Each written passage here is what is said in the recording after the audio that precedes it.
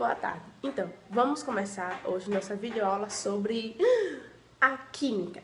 No caso, Química 1. Vamos lá. Hoje nossa videoaula é falando sobre ácidos e sais. Mas, espera aí.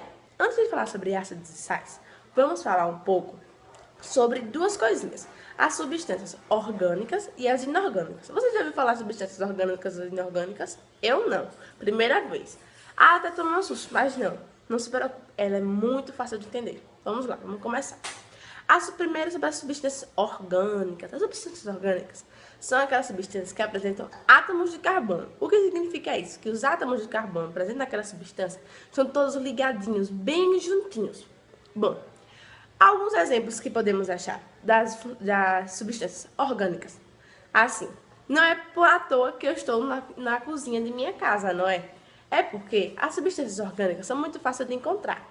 Nós podemos encontrar elas no açúcar, a sacarose, e também no vinagre, o ácido acético. Direto ou indiretamente, elas são de origem mineral, como é o caso do sulfato de cálcio. Bom, mas as substâncias inorgânicas, elas também contam com átomos de carbono, mas não estão ligados entre si, como é o caso do dióxido de carbono. Soluções eletrolíticas e não eletrólíticas. Em 1884, Esteve Arrhenius, ele propôs uma teoria que ficou conhecida como a teoria da dissociação iônica. Essa teoria ela viabilizava o estabelecimento de critérios para classificar substâncias em função dos íons presentes em soluções. Segundo Svante, as soluções capazes de conduzir corrente elétrica eram as que apresentavam partículas carregadas eletricamente com a liberdade de movimento, aliás. Com essa teoria também foi descoberto que as soluções elas dependiam do transporte de cargas, de íons. Os transportadores, a bateria de fonte de energia elétrica, a partir daí ficou estabelecido que as substâncias eram elas que conduziam a corrente elétrica. E quando elas eram dissolvidas em água, ela pode ser chamada de eletrolitos. E também as misturas formadas, elas são chamadas de soluções iônicas ou de eletrolitos.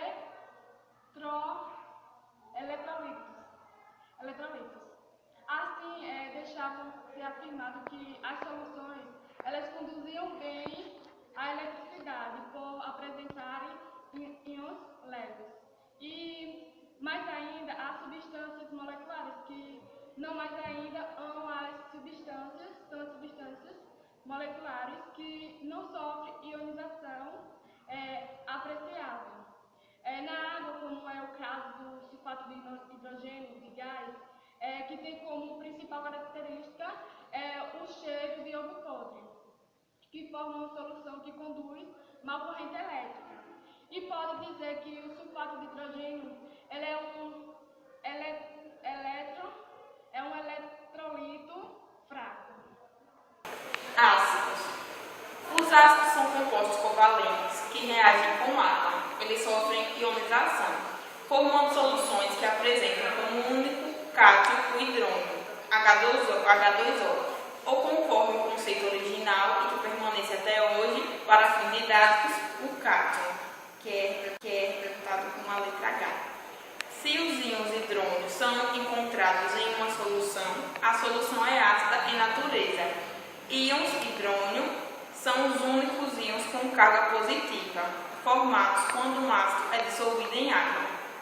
Todas as propriedades de um ácido se devem à presença destes íons. Olá, bom dia. Eu vou dar exemplos de ácidos.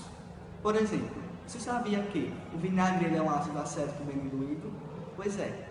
O vinagre é utilizado para fins culinários. O vinagre contém 4% de ácido lático. Vamos lá. O ácido sulfúrico. O ácido sulfúrico é usado na manufatura de bateria de carro. Ele também é conhecido como óleo de vítreo. O ácido carbônico é responsável pelo gás nos refrigerantes. Ele se decompõe em bolhas de dióxido de carbono.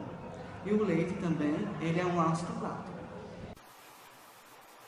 Olá, sou Cristilane e vou falar sobre sais. Um sal é definido como um composto formado pela substituição completa ou incompleta de íons, hidrogênio de um ácido por um radical básico. Um sal normal é formado pela substituição completa de íons de hidrogênio de um ácido por um radical básico, enquanto um sal ácido é formado pela substituição incompleta de íons de hidrogênio de um ácido por um radical básico. Agora eu vou falar sobre alguns exemplos de sais. Sulfato de sódio é um exemplo, tipo o sal normal, enquanto o bisfosfato de sódio é um sal ácido. Cloreto de sódio é solúvel em água, enquanto o carbonato de cobre, cloreto de chumbo e o sulfato de bário são insolúveis em água. Carbonato de sódio é usado em manufatura de detergente híbrido comum. Sulfeto de zinco é insolúvel em água, enquanto os fosfato de potássio, carbonato de amônia e cloreto de bário são solúveis em água.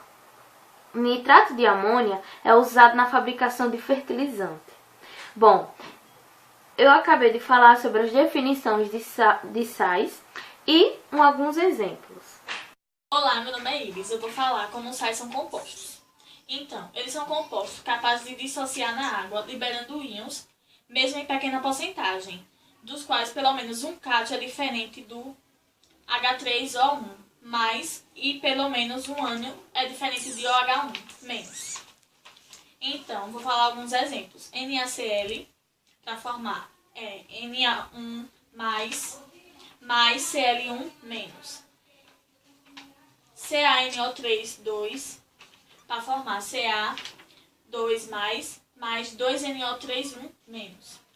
NH4, 3, PO4, para formar 3NH4 mais 1, mais PO4, 3 menos.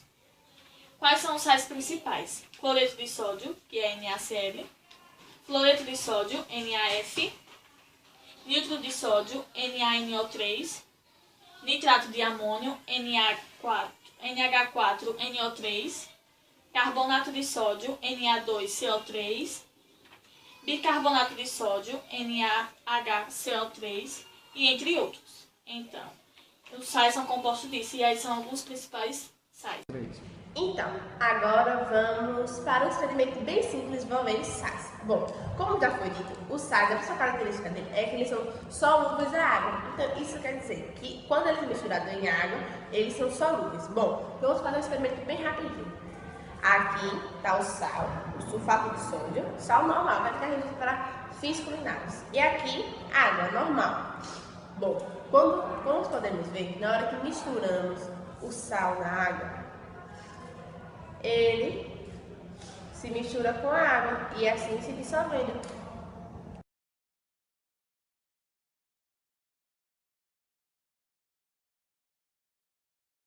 Agora vamos fazer experiências envolvendo ácidos e bases e formando sais.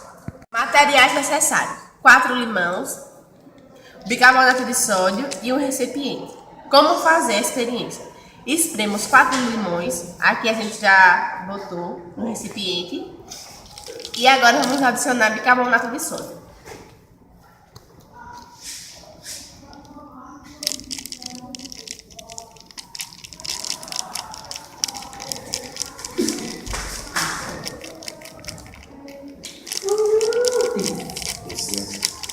Aí as rodas, eu aqui vou mostrar como a roda. Não tem o vídeo agora, não? Vamos agora. Vamos misturar bem.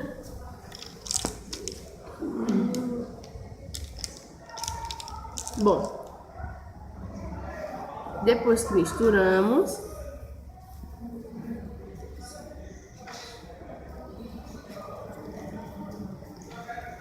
agora vamos para a conclusão.